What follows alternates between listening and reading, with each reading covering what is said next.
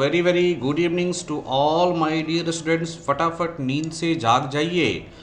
और मुझे पता है कि आप दिन रात मेहनत कर रहे हो और आपकी मेहनत रंग लाएगी, ये मुझे 100% गारंटी है।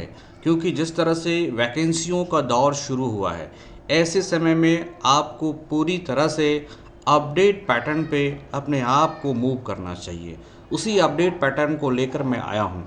करंट अफेयर्स, बैंकिंग अवेयरनेस और फाइनेंशियल अवेयरनेस, इनकी जो इम्पॉर्टेंट है, अगर आप आरबीआई ग्रेड बी या फिर आप एसबीआई की एग्जामिनेशनों को देने जा रहे हो, या फिर यूपीएससी, बीपीएससी और जेपीएससी, जैसे कि पैटर्न चेंज हो रहे हैं dear, day by day pattern को चेंज किया जा रहा है। इस नए पैटर्न में ज़रूरी है कि आप अपने आप को नए पैटर्न के रूप में चेंज कर लो, अदरवाइज फिर से आप पीछे रह जाओगे। और मैं मानता हूँ अगर यूपीएससी करनी है, बीपीएससी करनी है, जेपीएससी करनी है, इवन आरबीआई ग्रेड बी या एसबीआई आपको निकालना है, तो इकोनॉमिक्स के जो क्वेश्चंस होते हैं, बैंकिंग अवेयरनेस के जो क्वेश्चंस होते हैं, फाइनेंशियल अवेयरनेस के जो क्वेश्चंस होते हैं और करंट से जो इनका कोलैबोरेशन है, इससे काफ़ी सवाल पूछे जाते हैं।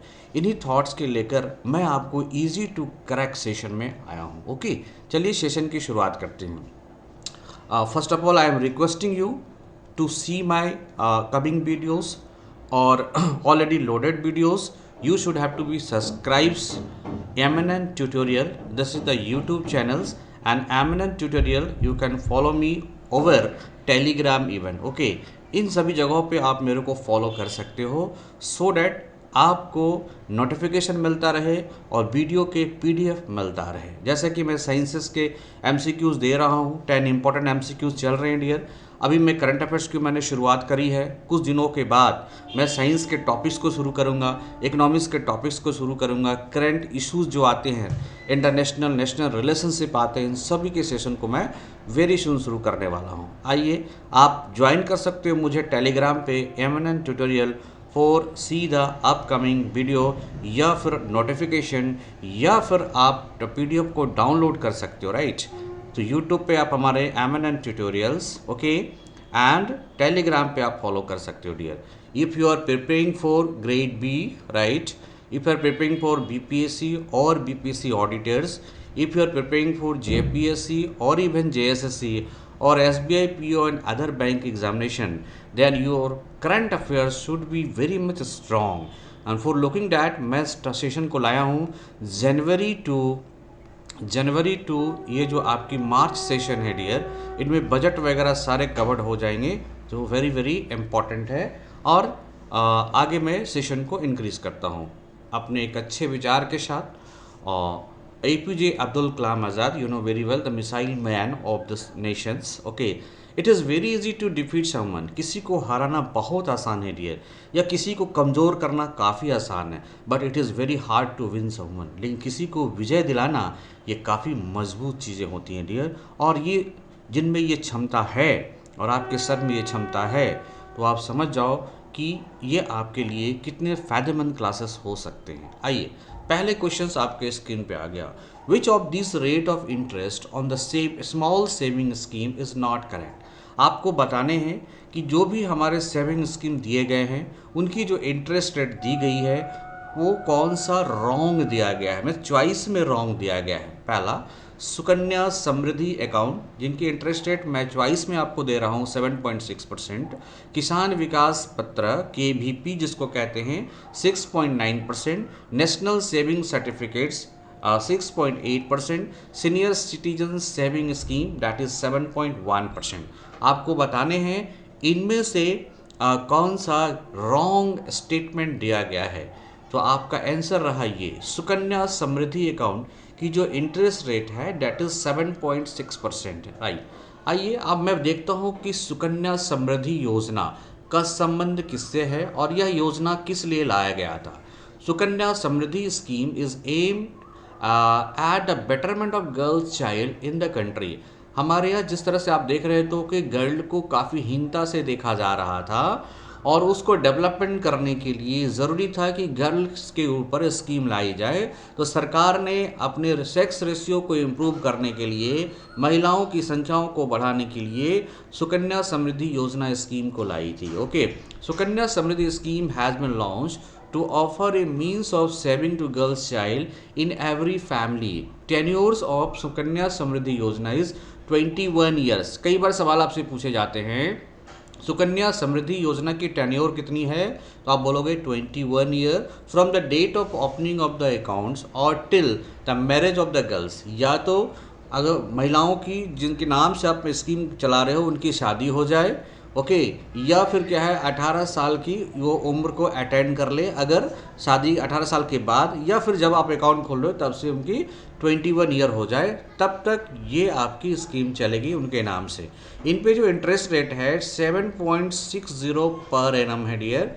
ओके, इन्वेस्टमेंट अमाउंट जो है 240 मतलब 250 रुपया से आप इन्वेस्ट कर सकते हो और मैक्सिमम इसमें 1.5 लाख तक का इन्वेस्टमेंट कर सकते हो पर एनम।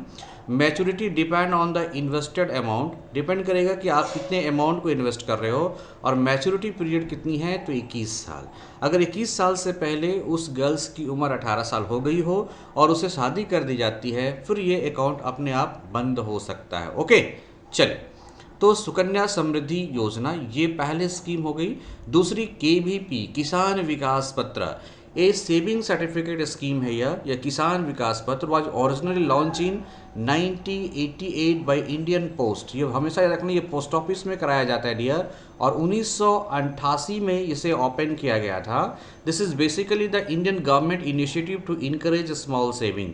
बेसिकली जो स्मॉल सेविंग्स होते हैं, छोटे बजट होते हैं, उनको इनकरेज करने के लिए, फाइनेंशियल इंक्लूजन की स्टेबिलिटी को प्राप्त करने के लिए ये स्कीम लाई गई थी। इनकी टेन्योर कितनी होती है 124 मंथ्स, 124 महीने होती है। रेट ऑफ इंटरेस्ट कितनी है 6.9%। मिनिमम जो अमाउंट इन्वेस्ट करोगे वो 1000 है, अपर की कोई लिमिट नहीं है। You can avail the tax benefit of section 80C of the income tax act 1961। तो 80C के तहत आप इसमें टैक्स को अवेल भी कर सकते हो। NSC, आइए इंटरेस्ट रेट इसमें कितनी है 6.8% पर एनम। मिनिमम इन्वेस्टमेंट कितना है dear 1000। Lock in period 5 years. Risk profile low risk है और tax benefit up to 1.5 lakh under section 80C। The national saving certificate is a fix income investment scheme that you can open with the any post office of the your branches. जो आपका निकटवर्ती post office branches है you can open. Okay, the scheme is a government of Indian initiative. It is a saving bond that encourage the subscriber mainly small to mid income, जिनका small income है या mediocre income है उनको enhance करने के लिए ये किया गया है। तो इसकी इंटरेस्ट रेट कितनी है 6.8%। देखते हैं senior citizen saving scheme. Senior citizen saving schemes can be avail by any individual above group of 16 years, मतलब उनकी उम्र 60 साल से अगर ज़्यादा है। They are effective saving options for the long term and offer attractive features and unmatched securities. Tenure इनकी 5 साल की होगी। इनमें रेट ऑफ इंटरेस्ट बहुत ज़्यादा है डियर 7.4% है। Investment amount maximum amount that can be deposited in 15 lakhs। Okay, और ये प्री मेच्योर विड्रॉवल भी इसमें अलाउड है, that is important one, right. तो ये सारे स्कीम आपके हो गए डियर। तो आपको बताने हैं ये आंसर क्या होंगे। तो आंसर क्या है 7.6।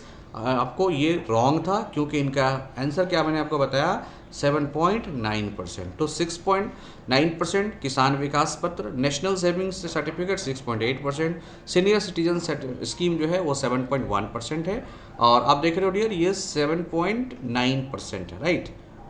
चलिए आगे बढ़ते हैं। नेक्स्ट क्वेश्चन आपके स्क्रीन पे, name the 100-day reading campaigns launch by the ministry of education on January 1, 2022। 1 जनवरी 2022 को शिक्षा मंत्रालय द्वारा शुरू किया गया 100 दिवसीय पठन अभियान का नाम बताएं। मतलब 1 दिन की पढ़ाई की अभियान थी। इसके वो चलाया गया था एजुकेशन डिपार्टमेंट के द्वारा, एजुकेशन मिनिस्ट्रियल डिपार्टमेंट के द्वारा। आपको बताने उस स्कीम का नाम क्या है, पढ़े भारत। स्कीम का नाम क्या है डियर, पढ़े भारत। आपको पता होगा आईएएस एग्जामिनेशनों में स्कीम से काफ़ी क्वेश्चन पूछे जाते हैं। तो मिनिस्ट्री ऑफ एजुकेशन और शिक्षा मंत्री emblem of India incumbents Dharmendra Pradhan since 7 July 2021 से ये आपके शिक्षा मंत्री हैं। ओके, इससे पहले रमेश पोखरियाल जी थे और ये मिनिस्ट्री ऑफ एजुकेशन को संभालते हैं, और इन्हीं के द्वारा, इन्हीं के डिपार्टमेंट के द्वारा ये प्रोग्राम चलाई गई थी पढ़े Bharat, right. Next, Which institution has topped the Atal ranking of institution on innovation achievement ARRIA 2021? ये एकदम बहुत ही important question dear.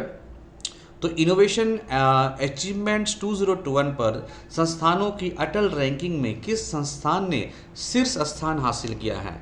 Double I Bombay, double I Madras, double I Kanpur, double I Delhi.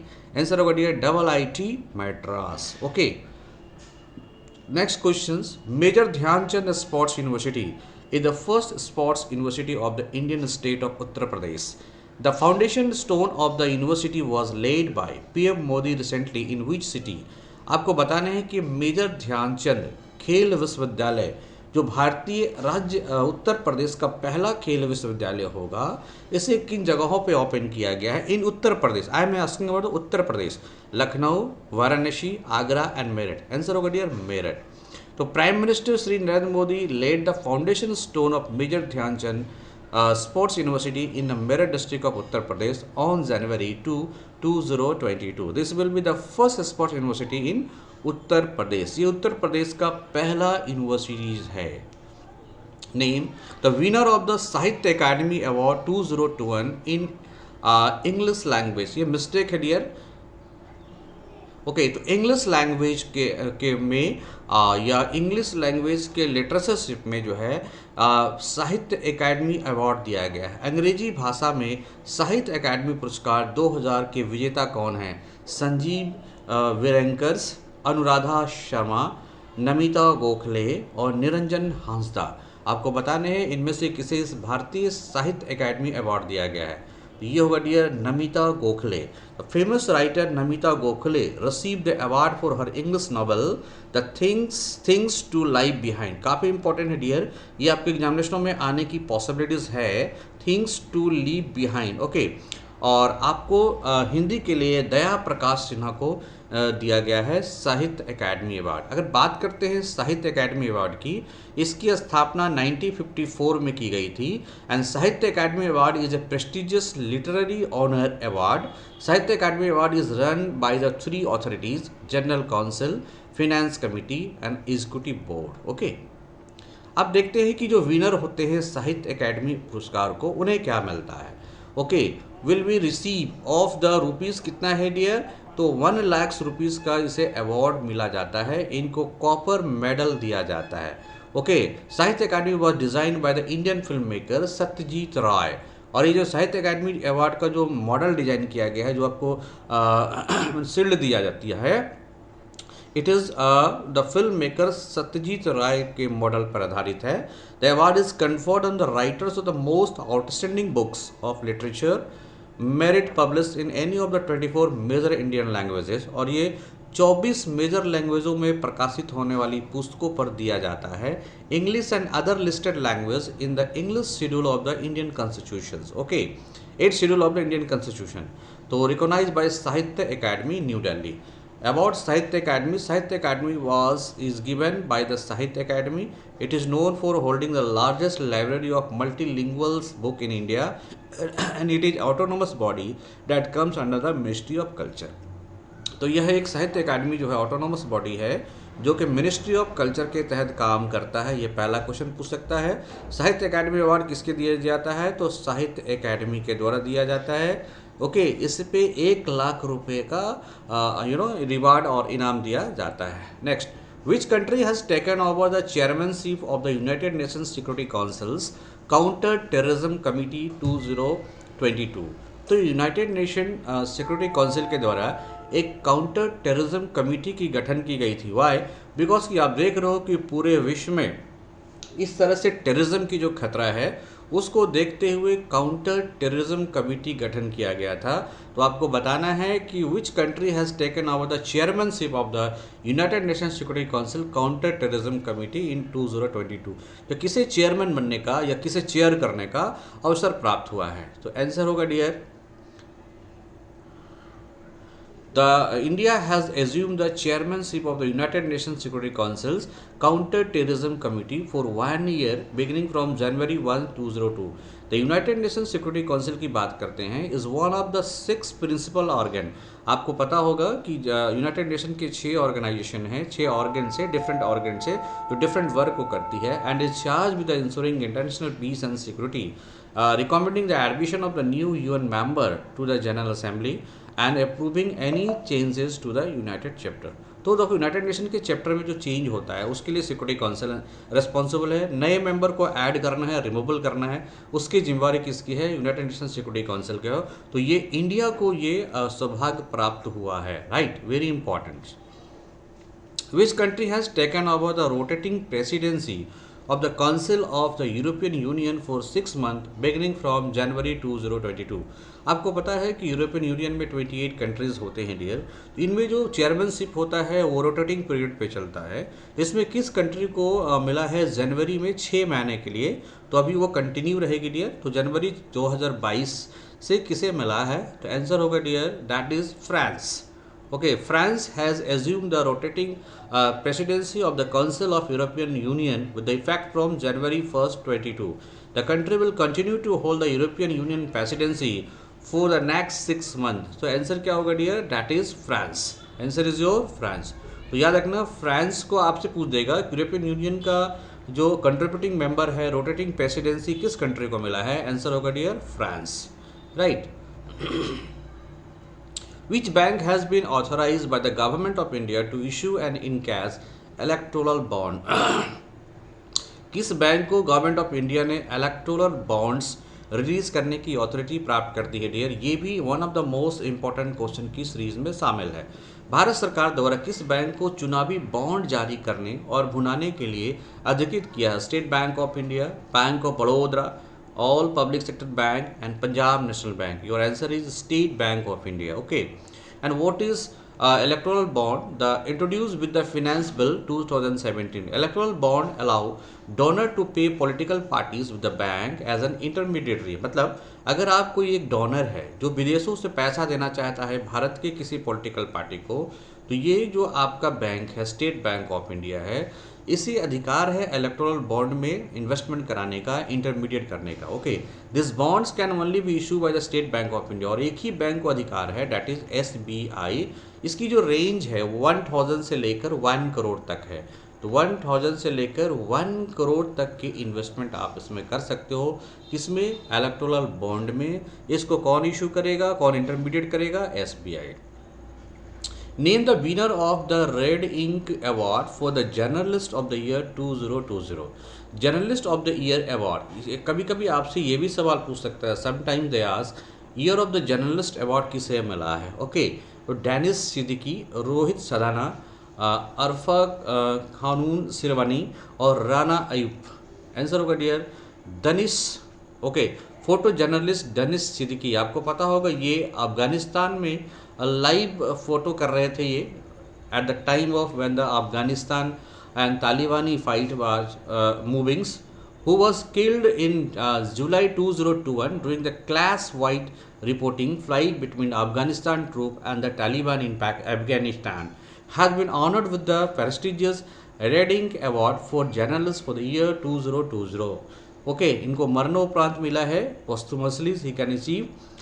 The award was received by his wife, okay, Frederick Siddiqui, और Frederick Siddiqui जो इनकी wife है उनको यह award दिया गया है इनके मरणोपरांत। ओके, तो जर्नलिस्ट में पत्रकारिता के क्षेत्र में ये काफ़ी बड़ी अवार्ड है। So answer is your Danish Siddiqui, right. उम्मीद करता हूँ ये सारे क्वेश्चन आपके एग्जामिनेशन के लिए काफ़ी इंपॉर्टेंट होंगे। Sushmita Devi was the news recently for being the only female representative in the parliamentary standing committee constituted to examine the provision of child marriage. जो चाइल्ड मैरिज की जो प्रोविज़न है उसको बंद करने के लिए उस पर जो अमेंडमेंट बिल लाया गया है, इसके लिए जो स्टैंडिंग कमेटी बनाई गई है, यह स्टैंडिंग कमेटी की महिला सदस्य है which seeks to raise the legal marriage age of female to 21 year. अभी आपको पता होगा कि ये सरकार की कदम थी कि अभी लीगल मैरिज जो फीमेल की है वो 18 साल है, इसे 21 साल कर दिया जाने की बात हो रही थी। इसके लिए एक स्टैंडिंग कमेटी बनाई गई थी। उस स्टैंडिंग कमेटी में सुष्मिता देव जो है वो एक लीडिंग रोल में थी, वो फीमेल थी। What is the total number of members in this committee? आपको ये बताना है कि जो स्टैंडिंग कमेटी थी, जो कि provision of the prohibitions of child marriage के लिए बनाई गई थी, उसमें कितने मेंबर्स थे? So how many members in this? That is 31 member. आपको आंसर याद रखने हैं, 31 मेंबर। तो उसमें से एक मेंबर थी Sushmita Dev, right. Next, the parliamentary standing committee constituted to examine the provision of child marriage bill 2021 comprises of total 31 member, including only one women's representative. Out of the total 31 members, TMC MP Susmita Dev is the sole woman representative in the committee. Okay, तो ये सुष्मिता देव है, ये TMC की हैं। Who has been appointed as the new chairman and the chief executive officer of railway board? आपको बताना है railway board के नए चेयरमैन कौन हैं। रेलवे बोर्ड के नए अध्यक्ष और मुख्य कार्यकारी अधिकारी के रूप में किसे नियुक्त किया गया है? संजीव मित्तल, विनय कुमार त्रिपाठी, नरेश सलेचा और रविंद्र गुप्ता। आंसर होगा dear Vinay Kumar Tripathi. The appointment committee of the cabinet has approved the appointment of Vinay Kumar Tripathi as the chairman and chief executive officer of Railway Board and Ministry of Railway. He is Mr. Okay, Vinay Kumar Tripathi. He is Mr. Vinay Kumar Tripathi. Okay, चलिए next. So ये हुआ हमारा 10 questions here. So I am requesting please visits regular my channels. आपको काफ़ी अच्छे अच्छे questions के collections आपको मिलेंगे, राइट। ये अल्टरनेट आपको मिला करेगा, आज मिला है तो फिर ये परसों मिलेगा और कल आपको साइंस के क्वेश्चंस मिल सकते हैं dear. Okay, so we are working on like that, ताकि आपकी एग्जामिनेशन काफ़ी आसान हो जाए। आप मेरे को फॉलो कर सकते हो इंस्टाग्राम पे @Ajit Mehta. You can follow me Telegram MNN tutorials. Okay, you can same follow me YouTube. आप सब्सक्राइब कर लो हमारे यूट्यूब चैनल को, right. So follow us everywhere for your all update. Facebook पे भी आप कर सकते हो, व्हाट्सएप पे भी। So thank you. Any questions you can find me @Ajit Mehta Ajit.Mehta and MNN tutorial @gmail.com. My contact number is 7004043326। किसी भी क्यूरीज़ के लिए, किसी भी कोर्सेज़ के लिए आप मेरे को फॉलो कर सकते हो। मैं आपको इकोनॉमिक्स, इन्वायरमेंटल साइंसेस ये सारी चीज़ों को मैं आपको कराऊंगा, और including with the current affairs, right. Thank you.